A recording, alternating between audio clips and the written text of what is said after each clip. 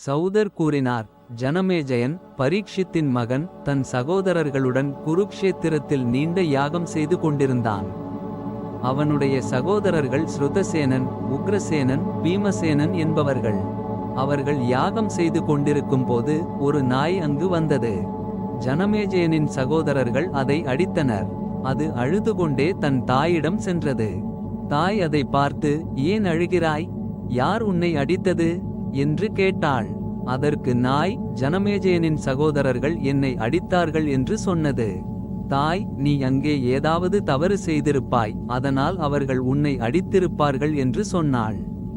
அதற்கு நாய், நான் எந்த தவறும் செய்யவில்லை. நான் ஹவிஸ்ஸை பார்க்கவில்லை, நக்கவில்லை என்று சொன்னது. அதை கேட்ட தாய் சரமா புத்திர சோகத்தால் வாடி ஜனமேஜயன் தன் சகோதரர்களுடன் யாகம் செய்து கொண்டிருந்த இடத்திற்கு சென்றாள். அங்கு கோபத்துடன், என் மகன் எந்த தவறும் செய்யவில்லை, ஏன் அவனை அடித்தீர்கள்? அவன் எந்த தீங்கும் செய்யாததால் உங்களுக்கு தெரியாத பயம் வரும் என்று சொன்னாள்.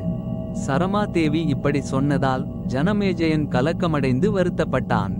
யாகம் முடிந்ததும் ஹஸ்தினாபுரம் திரும்பி தன் பாவங்களை நீக்க ஒரு புரோகிதரை தேடினான். ஒரு நாள் பரீக்ஷித்தின் மகன் ஜனமேஜயன் வேட்டைக்கு சென்றபோது தன் நாட்டில் ஒரு ஆசிரமத்தை கண்டான். அங்கு ஸ்ருதஸ்ரவா என்ற ரிஷி இருந்தார். அவருக்கு சோமஸ்ரவா என்ற மகன் இருந்தார். ஜனமேஜயன் அவரிடம் சென்று தன் புரோகிதராக இருக்கும்படி கேட்டான். ரிஷியிடம் நமஸ்காரம் செய்து, பகவானே, உம்முடைய மகன் என் புரோகிதராக இருக்கட்டும் என்று சொன்னான். அதற்கு ரிஷி, ஜனமேஜயா, என் மகன் சர்ப்பத்தின் மூலம் பிறந்தவன். அவன் மகா தபஸ்வி, வேதங்களை அறிந்தவன், என் தபோ பலத்தால் உருவானவன், என் சுக்கிலத்தை குடித்தவள் வயிற்றில் வளர்ந்தவன். மகாதேவனால் வரும் தீங்கைத் தவிர மற்ற எல்லா பாவங்களையும் போக்க அவனால் முடியும். அவனுக்கு ஒரு இரகசிய விரதம் உண்டு. எந்த பிராமணன் எதை கேட்டாலும் அதை அவன் கொடுக்க வேண்டும்.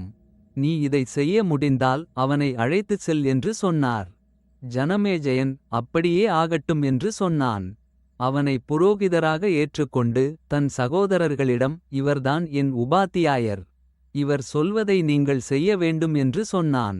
அவர்கள் அப்படியே செய்தார்கள். பிறகு தக்ஷசீலத்திற்குச் சென்றான். அந்த தேசத்தை தன் வசமாக்கினான். அப்போது தௌமியன் என்ற ரிஷி ஆருணி என்ற சீடனை கேதார கண்டத்தை கட்ட அனுப்பினார். ஆருணி அங்கு சென்று கட்ட முடியவில்லை. கஷ்டப்பட்டு ஒரு வழியை கண்டுபிடித்தான். அவன் அங்கு படுத்து கொண்டான். அவன் படுத்திருந்ததால் தண்ணீர் தேங்கியது.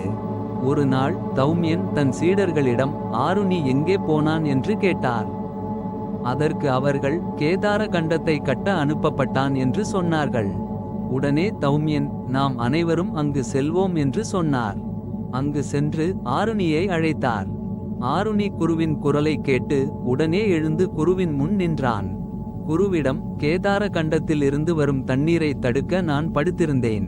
உங்கள் குரலை கேட்டதும் கேதார கண்டத்தை உடைத்துவிட்டு வந்தேன். உங்களை வணங்குகிறேன்.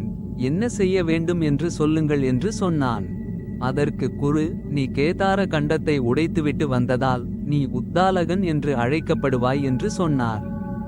குரு அவனை ஆசீர்வதித்து, நீ என் சொல்லை கேட்டதால் உனக்கு நன்மை உண்டாகும். எல்லா வேதங்களும் தர்ம சாஸ்திரங்களும் உனக்கு புரியும் என்று சொன்னார். பிறகு ஆருணி தன் விருப்பப்படி சென்றான். பிறகு தௌமியனுக்கு உபமன்யு என்ற மற்றொரு சீடன் இருந்தான். அவனை குரு பசுக்களை மேய்க்க அனுப்பினார்.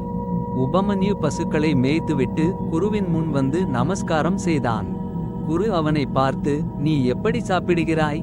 நீ மிகவும் பருமனாக இருக்கிறாய் என்று கேட்டார். அதற்கு உபமன்யு, நான் பிச்சை எடுத்து சாப்பிடுகிறேன் என்று சொன்னான். குரு, நீ எனக்கு தெரிவிக்காமல் பிச்சை எடுக்கக் கூடாது என்று சொன்னார். உபமன்யு அப்படியே செய்தான். மறுபடியும் பசுக்களை மேய்த்துவிட்டு குருவின் முன் வந்து நமஸ்காரம் செய்தான். குரு அவனை பார்த்து, நான் உன்னுடைய பிச்சை அனைத்தையும் எடுத்துக்கொள்கிறேன். இப்போது நீ எப்படி சாப்பிடுகிறாய் என்று கேட்டார். அதற்கு உபமன்யு, நான் உங்களுக்கு கொடுத்த பிறகு மறுபடியும் பிச்சை எடுத்து சாப்பிடுகிறேன் என்று சொன்னான். குரு, இது சரியில்லை. நீ மற்றவர்களின் உணவையும் எடுத்துக்கொள்கிறாய். நீ பேராசைக்காரன் என்று சொன்னார். உபமன்யு அப்படியே செய்தான். மறுபடியும் பசுக்களை மேய்த்துவிட்டு குருவின் முன் வந்து நமஸ்காரம் செய்தான். குரு அவனை பார்த்து, நீ இன்னும் பருமனாக இருக்கிறாய் என்று சொன்னார்.